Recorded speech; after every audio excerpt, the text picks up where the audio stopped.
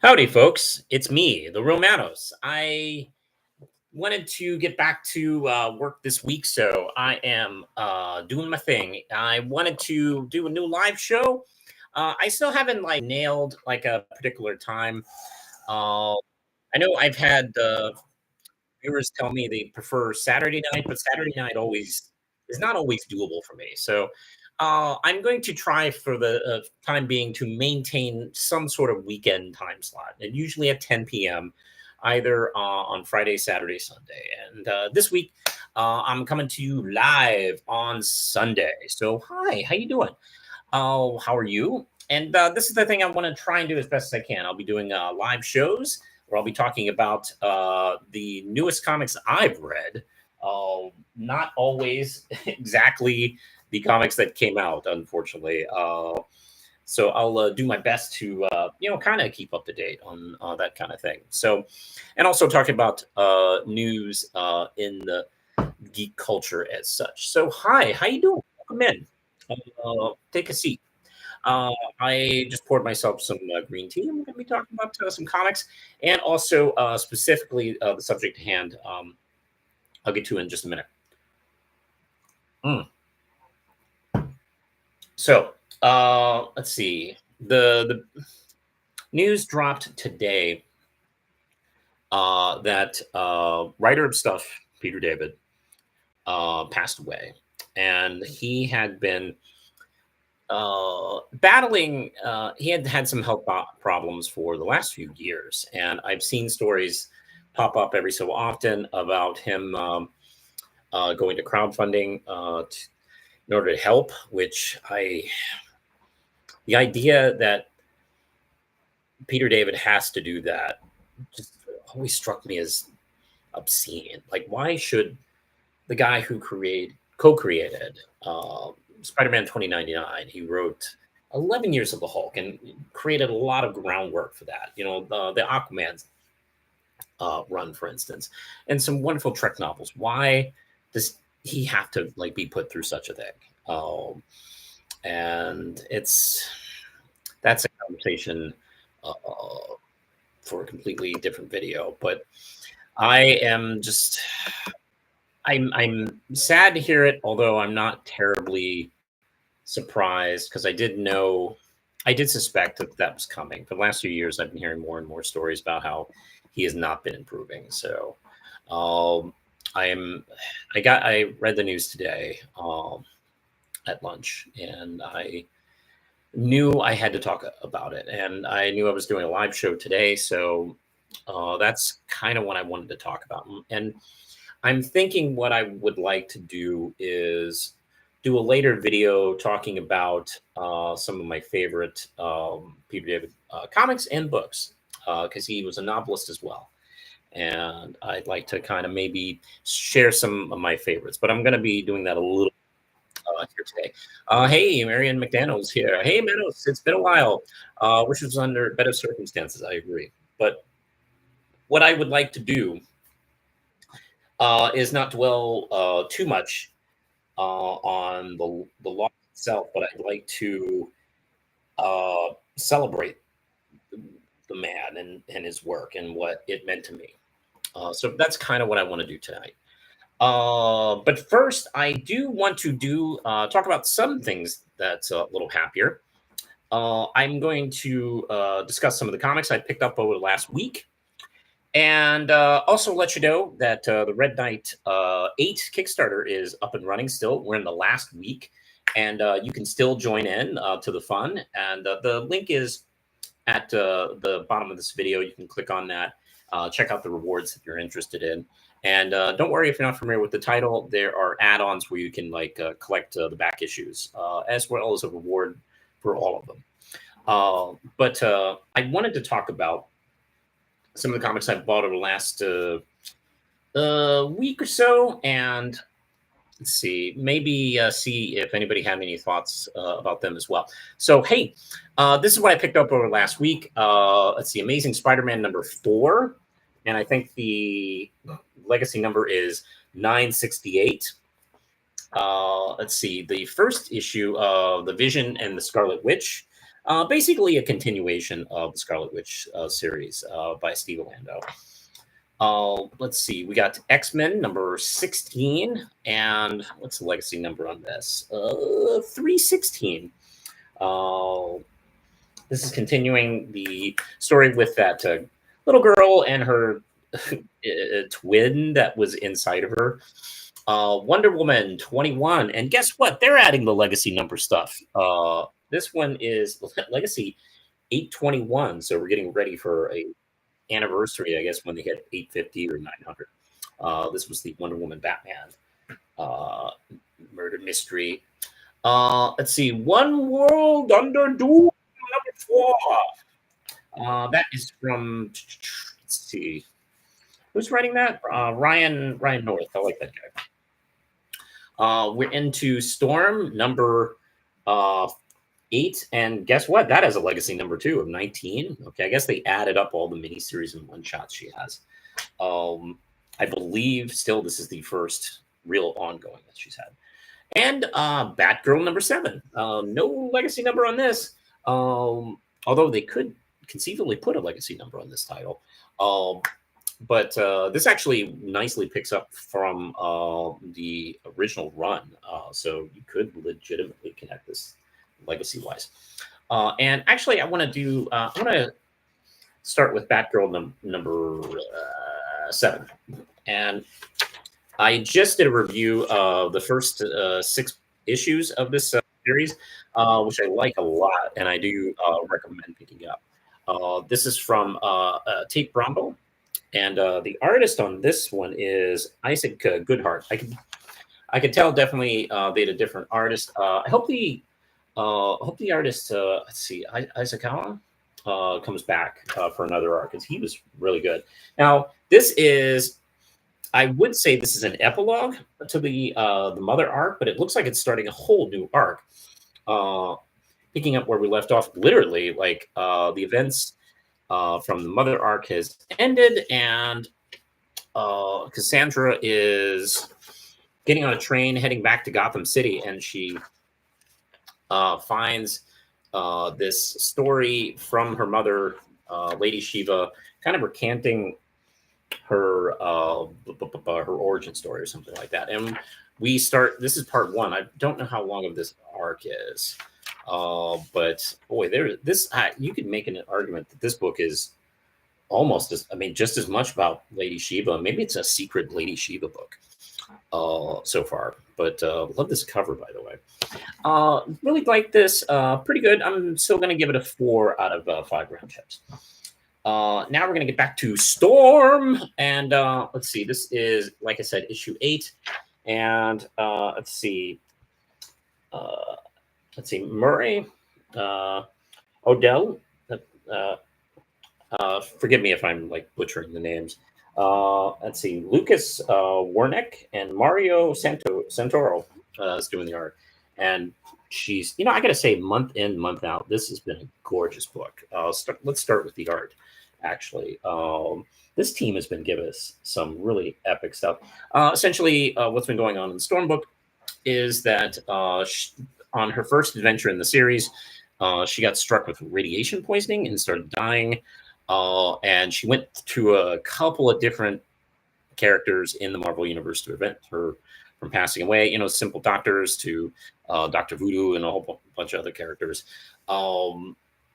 And she ended up dying, but saved by Eternity, and is now, in exchange for her life, has become Eternity's avatar, and she's gotten a severe power upgrade.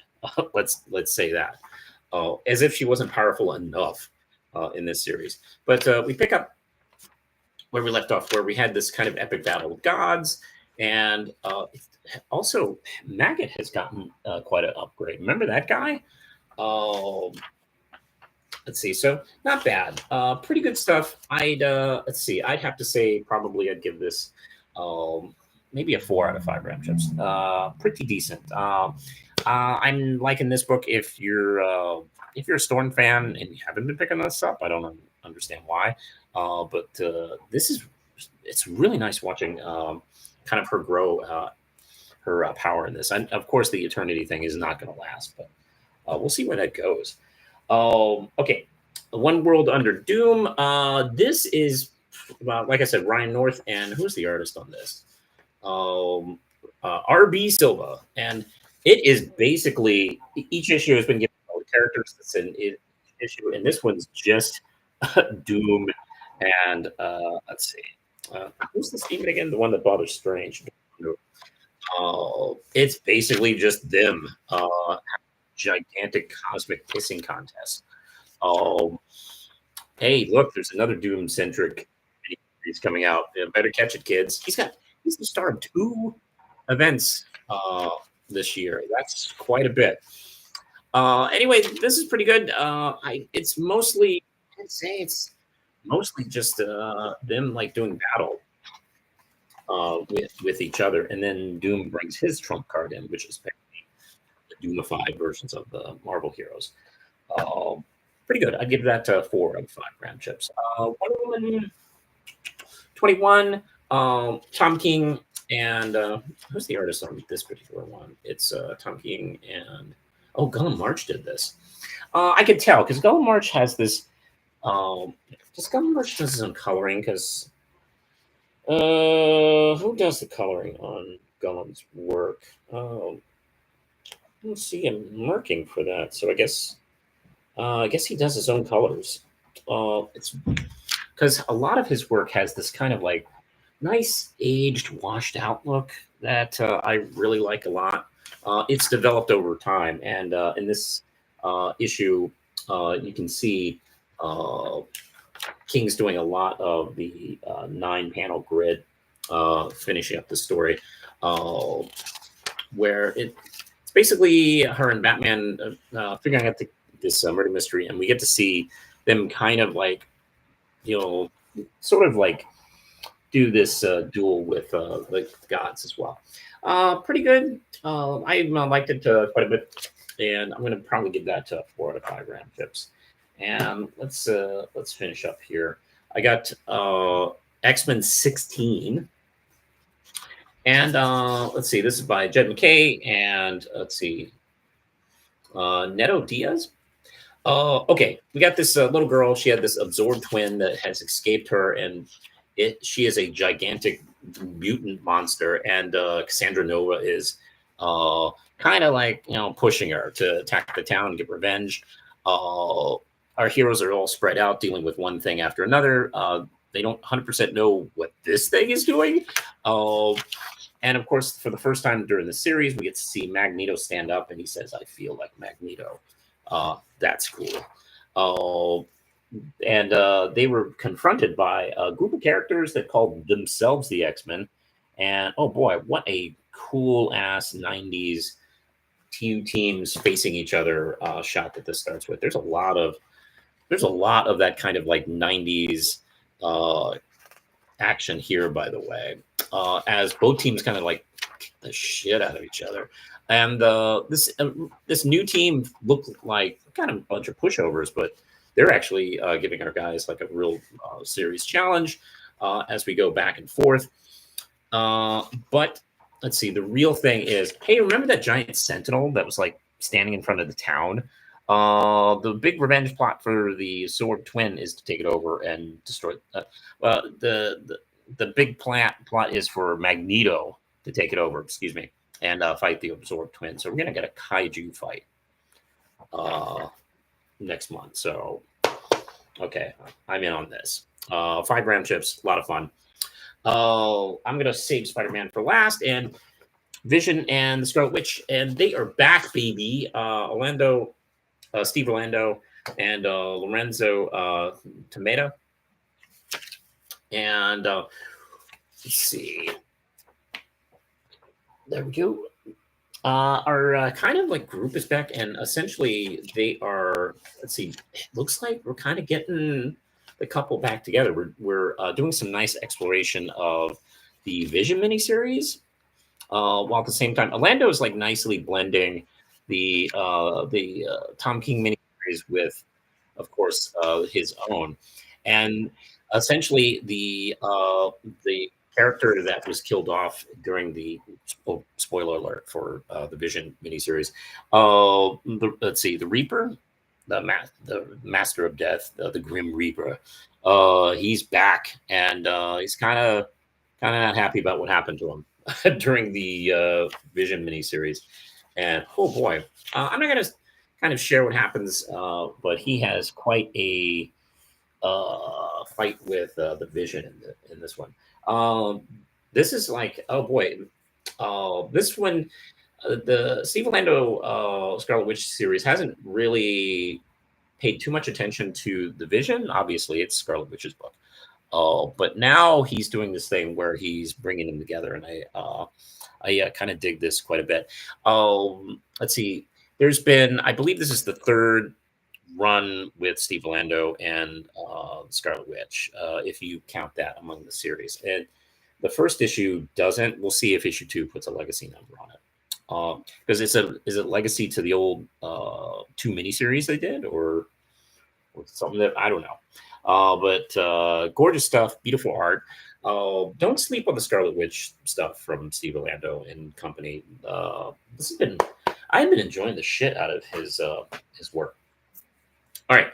Now we're going to finish up with Spider-Man and Joe Kelly and Pepe Larraz. Now, okay, let me tell you something. Pepe Larraz, I don't know why we're not screaming about this guy every week. His art is just stunning. The colors, the action, the pacing, the detail, like his stuff is just so, there's just such like drive and humanity in his stuff. And let's see, Peter has been like drugged by, let's see, the Hobgoblin has, let's see, the what's the name of that? Itsy Bitsy. Itsy Bitsy is apparently like this clone that was created. I didn't read the Deadpool and Spider-Man book, so I know she came out of that. She's a clone of Spidey and I think Deadpool. And she kind of has father issues. And Peter, being Peter, is not having it with any clones. So he kind of ignores her, which makes her even more upset. And all while this, in issue 1, he got sprayed with this drug that's been kind of like giving him hallucinations, and he's been thinking about his past as always. And we're getting to see like portions of his childhood that aren't so pleasant, and we don't know if these flashbacks or exaggerations, or he was really this much of a little shit. He's like 12. He's kind of rebelling. So I mean, it's possible. And you know, like early Steve Ditko, Stan Lee, Spider-Man, the Peter Parker, he's kind of a dick. It's like he can be.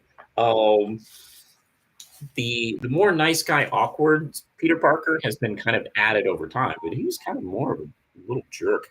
I don't know if this is just his memory messing with him, like, because a lot of times when we think back to situations, we think we were a lot worse than we were, and then we go back to apologize to someone that we've been long suffering with like this dreaded guilt over, and they're like, "What are you talking about?" Oh, that? Yeah, who cares? So there's this wonderful scene of him and May where he's flashing back, and see, he was fighting Itsy Bitsy, and he just falls into this flashback. And he has this really wonderful scene where he's talking to May, and he hugs her and tells her how much he loves her. And then we jump back to reality, and he's hugging Itsy Bitsy. And this is the scene that really got me a lot, because she is stunned by this. Like, she was just fighting Spider-Man, and he hugs her, and he tells her how much he loves her. And she, of course, is this character that is like having terrible, like I said, daddy issues with Peter and probably Deadpool, and very kind of damaged about that. So her reaction to that is just priceless, because she pulls a Batman from Batman versus Superbad. She was like, "Why did you say that?" And she was, "Why did you say that?" She's completely messed up over that. boy, this is I gotta say, I don't know why I doubted Joe Kelly. I think he's very underrated. I think he turns out such a good book. And Pepe Larraz is just, these are both like top-notch creators that I don't think get enough love and recognition. And boy, they're killing it on this book so far. I'm going to get this 5 RAM chips out of 5. I think it's really good. If you've been avoiding Spider-Man for various reasons, I know I was too. Might not be a bad time to swing back. All right, so that's kind of what I've read. I have a couple other books that I have picked up, but I haven't read yet. Like, let me see. Let me take a look here. I've read. I haven't read the Godzilla. This is the Godzilla X-Men, and let's see. Oh, I already read that one. You get do a review of that. Oh, here we go. I could have actually done a review of this, but I'm actually going to go back and check out the back issues. The Question, I picked up issue 1. They just finished this miniseries, so I'm going to go back and review the arc. Stupid me, I was like looking forward to that storyline and didn't realize it already came out. So I'm like 5 issues late on that thing. I just wasn't paying attention. And I just picked up this today. This is the Gatchaman Galactor miniseries that was collected trade. This is also written by Steve Orlando. And oh boy, man, this is. I read the first issue of this, and I didn't get a chance to read the next 3 issues, so I just picked up the trade. If you're not familiar with them, Galactor, the bad guys, they're like Cobra from GI Joe, except more flamboyant. And Bird Katze is their kind of the second in charge leader. He is kind of the Darth Vader of this organization. And he is not only fighting the heroes, but he has discovered a faction within Galactor that's trying to tear it apart. And to be honest, if you ever watch the show, you probably understand because they kill as much of their own guys as Gatchaman does. Like, one thing goes wrong and they blow up. Like, it's got to be kind of like you work all this time to be part of the super military of Galactor, and one thing goes wrong with the ship, and you all just explode and die. Like, it's just, man, what a bummer! What a crappy job. So hey, I'm gonna read this soon, sometime this week, and I'll be talking about it later. All right. I did want to get into talking about Peter David. Oh, first off, I do have a Marion McDaniel question. Do you think the can't talk. Krakoa era of the X-Men deserved the hate it got? No, of course not. It is one of the better eras, and to be honest, I think it really did kickstart X-Men back into the comics. It was a year back moment. And I think there was some really well thought out science fiction in these comics. I absolutely just would marvel in some of the set pieces and concepts and ideas over and over again. Like, there were several issues, particularly the Hickman run. Like, it went a little bit longer after Hickman left, and I think it kept. It got a little hate from Hickman fans, but I think it ended well. I think here's the thing: like, I knew it was going to end. I knew there was going to be a beginning, middle, and end to this thing. So the fact that it went away, they moved on to like a different thing. It's like, no, that's how this goes. That's like they do this for a while, and then they do something else for a while. It was nice. It was nice to jump in something like that and really kind of experience these characters and look in new ways. But to be honest, I don't know. I would have been bored living on that island. I mean, it looked kind of like a rainforest cafe with bad seating.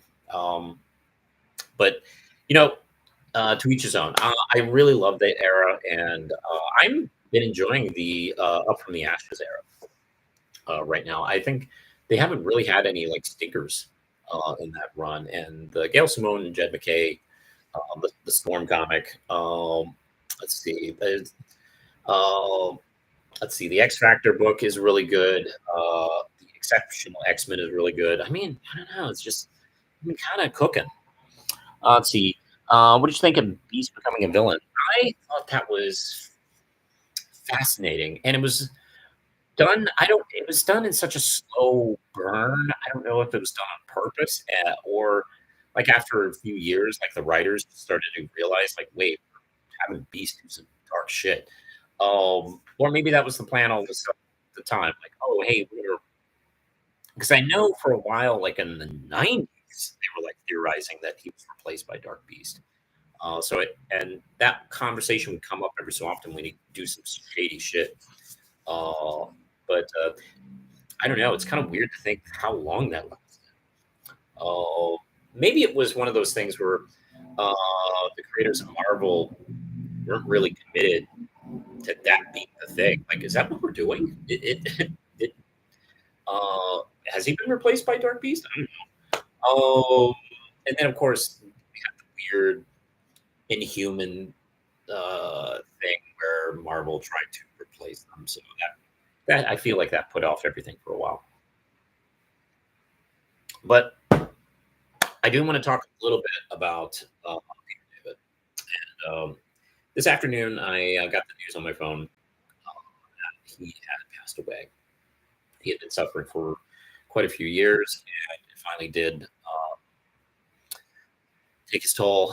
He was, I believe, 68 when he passed away, and I the news came this afternoon. Apparently, he had passed away yesterday. I have to say, I am a big fan of Peter David, not only his work in comics, but also his various novels, particularly his Star Trek novels. I think were excellent. Um, and some of my favorite Star Trek stories are his novels. Um, excuse me. And early on, I discovered his work, but like a lot of people on the Hulk, and there was something about his writing that immediately grabbed me, and that he knew how to like mix humor and fast-paced action really well, and he had characters like real people. And I know that's generally an attempt to be a Marvel thing, but he really did feel. And a lot of the his characters would almost be over it, like Betty Ross, Rick Jones, like God, this thing again, or this problem again. And it was always it felt real. It always had this nice dose of reality. And I started reading his X Factor, Supergirl, Aquaman, and so on and so forth. And he he had this really he had this really cool trick where he would like disarm you with humor, sometimes goofy humor, and then like sideswipe you with fairly dark stories, and often dark stories that did not have any like easy answers. Um, and he would do that quite a bit. I have to say, like, what was it? I don't remember the issue. There's an issue of X Factor dealing with the subject of abortion, and a scientist invents a device that determines if a fetus is going to be a mutant, and then they can decide if they wanted to continue the pregnancy. And mutant terrorists, I believe the Brotherhood, were going to kill him and destroy the clinic and stuff like that. And X Factor sent in to stop him. And Wolfsbane is a deeply devout Christian character and didn't want to stop the villains, and thought he was being just as evil as they were. And it goes ahead and goes on a mission, and it ends up in the end next near the machine while everyone's fighting, and decides to destroy the machine herself. And when she turns around, she sees, I believe it's Polaris, And Polaris was watching her the whole time, and she is shocked by this because she was very much about stopping this, and she's kind of like flummoxed, and she's like, why didn't you stop me?" And Polaris tells her, "I wanted to give you that choice." And he would write stuff like that, and it would he had a really good way of circling ideas back, and he would do that over and over again. And he had this wonderful method of discussing whatever social issue was going on at the time, and unfortunately, a lot of these issues he discussed has not left us. And he does it in such man. He would like shuffle these things in such a way where you're dazzled by the action and the pace, uh, and the humor. I would laugh so much at just some of the humor, and he would often do it in as best he can in the voices of the characters. Although you could always tell when his voice is directing the dialogue. Um, I would say, let's see. What would you say made Peter David's Hulk run so good? Yeah, that's kind of what. Yeah, that's kind of what I'm getting at right now. And uh, one of the things I liked so much about his Hulk run was, as a teenager, my early 20s, I was kind of like done with the Hulk. He had been kind of a one note character, and David even like in interviews would talk about how no one in Marvel wanted to write the Hulk because he was so one note. And John Byrne admittedly kind of like started to like mix things up a little bit and left. Uh, and he would Al Milgrom, I think, wrote an origin story for him. Uh, putting some layering into that. And actually, it was the abuse stuff. A lot of people forget, but Peter David didn't write the abuse angle, but the abuse story was written as a one and done. Like, okay, we've solved this problem. Let's move on. And Peter David realized, like, no, that's not the end of the story. That's the beginning of the story, and that is the key to solving that. Because there have been so many issues. There's been so many stories in the Hulk where Banner was trying one stupid trick after another to cure the Hulk. Through like, magic or blasting himself with some cosmic energy or splitting them physically apart, all sorts of weird shit. And he's the one who kind of just like, well, why don't we just get some therapy? And that's how we got the educated Hulk and stuff like that. And that lasted a while, and that was a lot of fun because Hulk was mostly happy and pretty content. And that's the Hulk we get. When I hear people complain about the smart Hulk in the MCU films, I'm like, that's what we did in look, man. That's what we did in the Peter David books. Oh, you read a comic before you complain about stuff. And then, of course, Supergirl did a completely different take on that character, dealing with not the original Supergirl, but the replacement Supergirl that was the alien clone shapeshifter thing, and went to some really interesting directions with her, where to the point of like making it almost a religious book, which was a really interesting take on those kind of characters. And I just always he was a he was a big influence on me. If you read any of my Red Knight, um, you can probably see it. It's probably pretty upfront, frankly, about his influence because I do that. I do a lot of his tricks in a story, and uh, I make no apologies. I think I I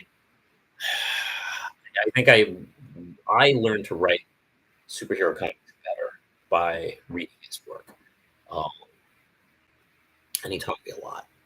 Um, and he seemed like I would read his editorials week after week in the Comic Buyer's Guide, but I digress. And let's see, uh, there was that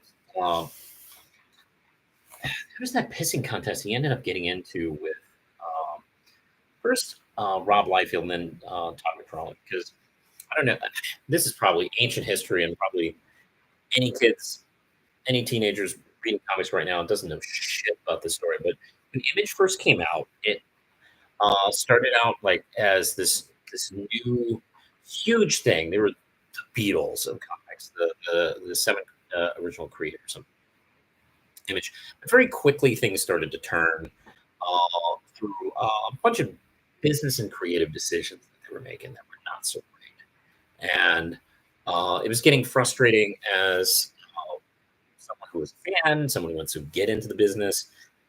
And it looked like the creators of Image were kind of screwing this all up. And you wouldn't know that if you read from some of the other uh, magazines at the time, like Wizard. There was another book, Hero Illustrated. They were just only promotional pieces. They basically existed to, promote them more strongly. But there was others in the comic book media that were like, oh wait, no, this thing's wrong. This thing's making a mistake. And Peter David became one of those voices, mostly making fun, frankly, but making various points. And this ruffled the feathers of Tom McFarlane. Tom McFarlane decided to get revenge on Peter David and challenge him to a debate at the Philadelphia Wizard World. And first off, debate what? Like the debate was like, was Image getting a raw deal, which was kind of ridiculous. Todd McFarlane kept leaving fake news, essentially, when people would like criticize them. Um, and David was like, first off, I'm writing an opinion column. I'm not. I don't need to do like research, and plus, like, I'm just reacting to the things I'm seeing in the news. Um, and let's see, it kind of started where Peter David made fun of Rob Liefeld for the things everyone makes fun of. And he took it personally and challenged Peter David to like a debate. And at the time, I was trying to break into comics to pitch Red Knight the first time around. Because fun fact, Red Knight was originally called Desert Knight, and then uh, a creative partner and I were putting together a book for it, and we renamed it Black Horse, and we were going to pitch it to several different smaller companies. Actually, my my first idea was to pitch this book to like Dark Horse or like Image or some of the smaller independent companies. That did not pan out, but I'll get to that. Anyway, there was this kind of feeling in the air in comic book media that to really make it, to really be something, was to be a writer artist, not just an artist, not just a writer, but you had to be a writer artist. That kind of left a bunch of people who can't write out because companies were giving artists more control, even if they really couldn't write. Or they would hire like secondary writers and stuff like that to do their work, and it just it became kind of toxic and negative towards writers. Which, by the way, during the 2000s, really the pendulum swung the other way, where comic books were written like fucking like they were really fucking written. The era of Brian Michael Bendis and their writers, maybe just a little bit too far the other way. But yeah, Peter David, to my eyes, kind of stood up for writers, and I and my friend Kevin, who we were trying to pitch Black Horse to people. We had to be to that debate, so we went, and we were in the room, and It was crazy. If there's a video of it on YouTube, but it was nuts. Um, and it was so one-sided. Peter David just laid into Todd McFarlane, and Todd had plans to do a whole bunch of stuff, and found out that you couldn't do it because it's not a debate. Um, and he kind of had nothing. So, uh, this was an hour debate, by the way, and I'd say 20 minutes in, Peter David and people who are cheering against Tom McFarlane were like, okay, let's back this up. Let's let's take a breather on this. But it was kind of amazing, and I felt uh, that somebody stood up for me, and I was there to pitch, like I said, my comic. And I was like all dressed up because I wanted to look like professional, and I walked over to Peter David after the show. Like he was signing a whole bunch of, like they were both like Tom McFarlane and Peter David were just signing autographs, right? Like, and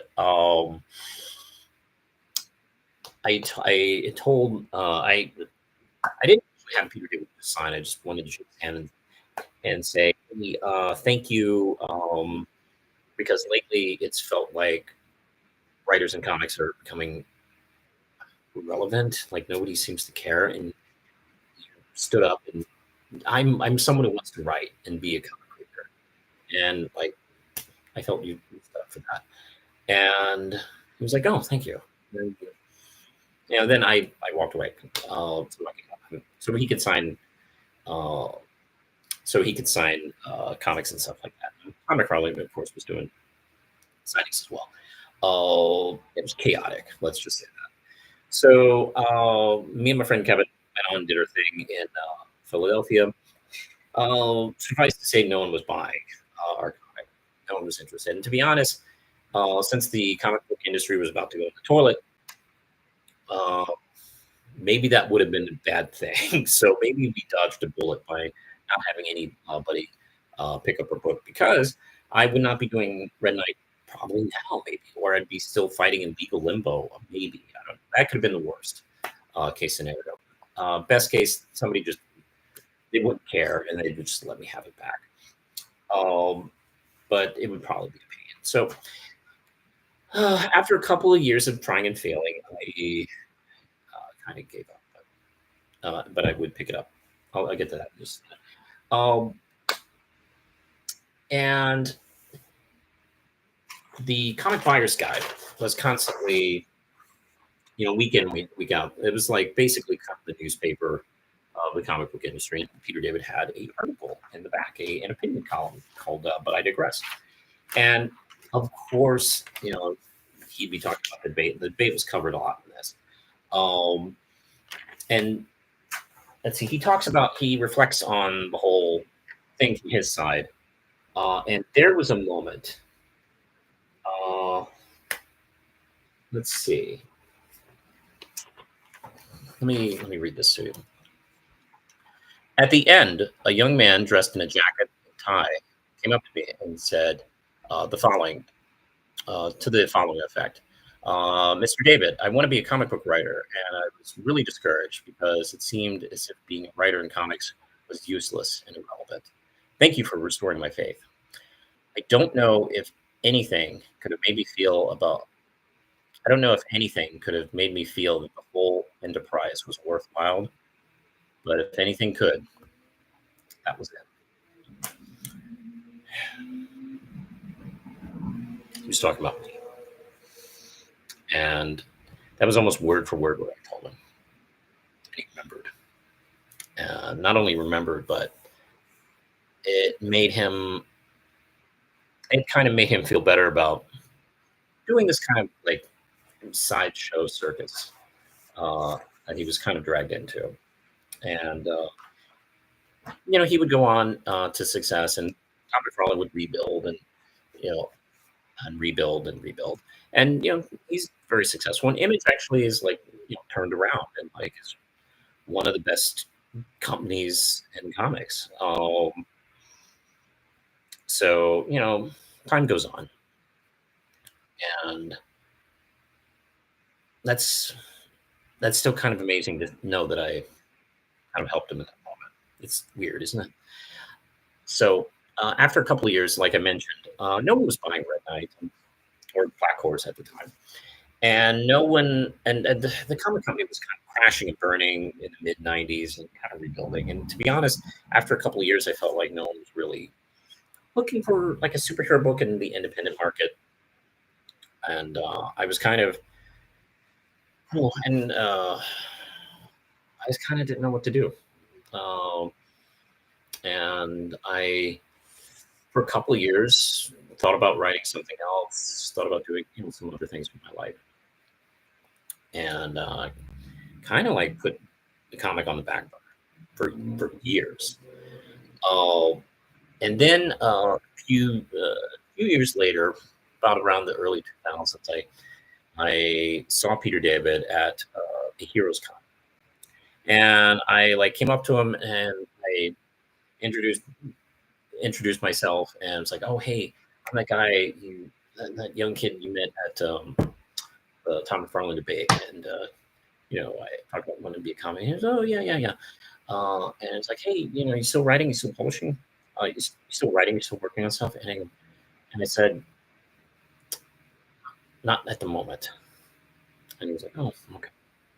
It was a little awkward because I was actually keeping him from him. I didn't realize that until after he left, and then he was very nice about it. So uh, that moment kind of struck me because I had realized that I said to a hero of mine that I'm not writing, that I'm not continuing the thing I want to do.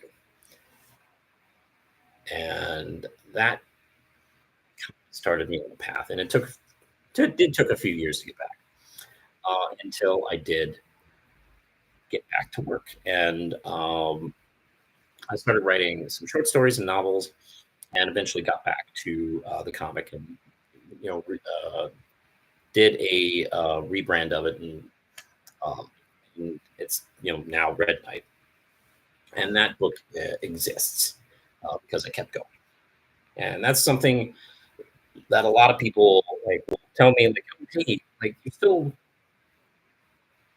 still doing the book, you're still writing after all these years. That's really great, because some people will tell me like, oh, I gave up and stuff like that. You didn't.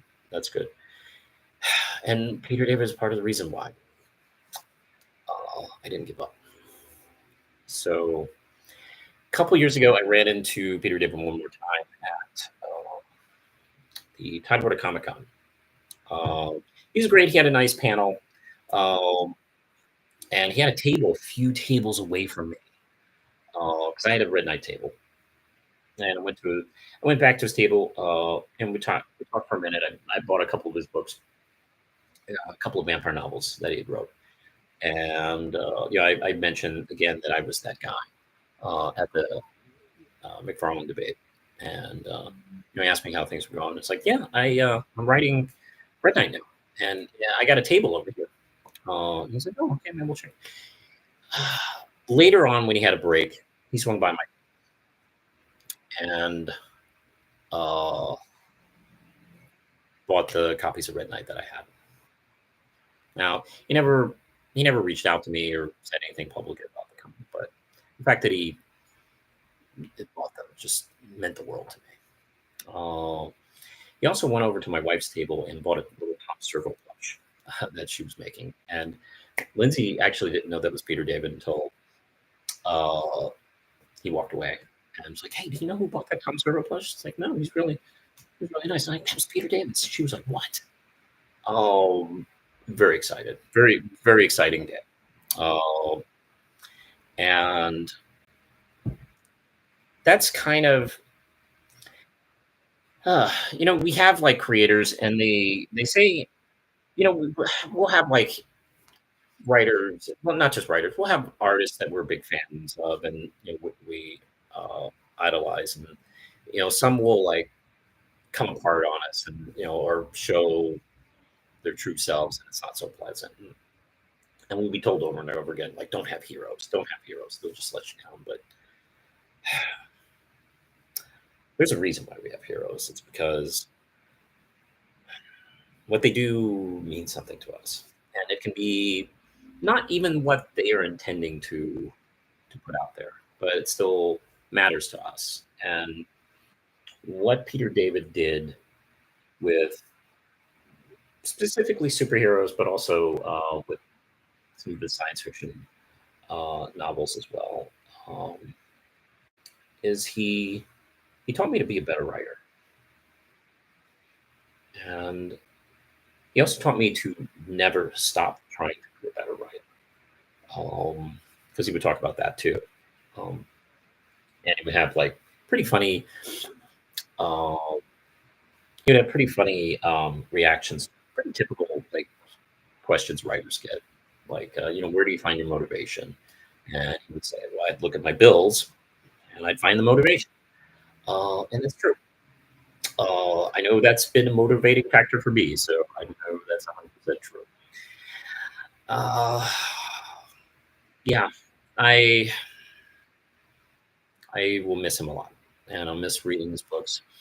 Uh, it was a joy whenever he would have a new comic out, and it'd be on a regular series, specifically like the Hulk. I look forward to reading Hulk every month and be really caught up in whatever story that was going on.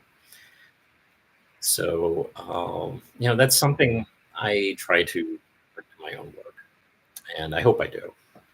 Uh, I hope I haven't let him down. But that's kind of what I feel. That's kind of what I'm thinking today, and that's kind of what he means to me. And um, he he lived a good life. He got a lot of things done. Um, yeah, he created a Nickelodeon show called Space Cases, co-starring one of the Power Rangers. By the way, I think ran for 1 or 2 seasons, and a lot of people don't remember that. But he did a lot, and I hope he was feeling good about it. Because I know it meant a lot to me. That's my thoughts right now. I think I might do a separate video where I discuss a reading list of Peter David books and comics that I like a lot that I recommend to people curious. I may do that in the next week or so. We'll see. Because I've been thinking and thinking and thinking a lot about my favorite Peter David books.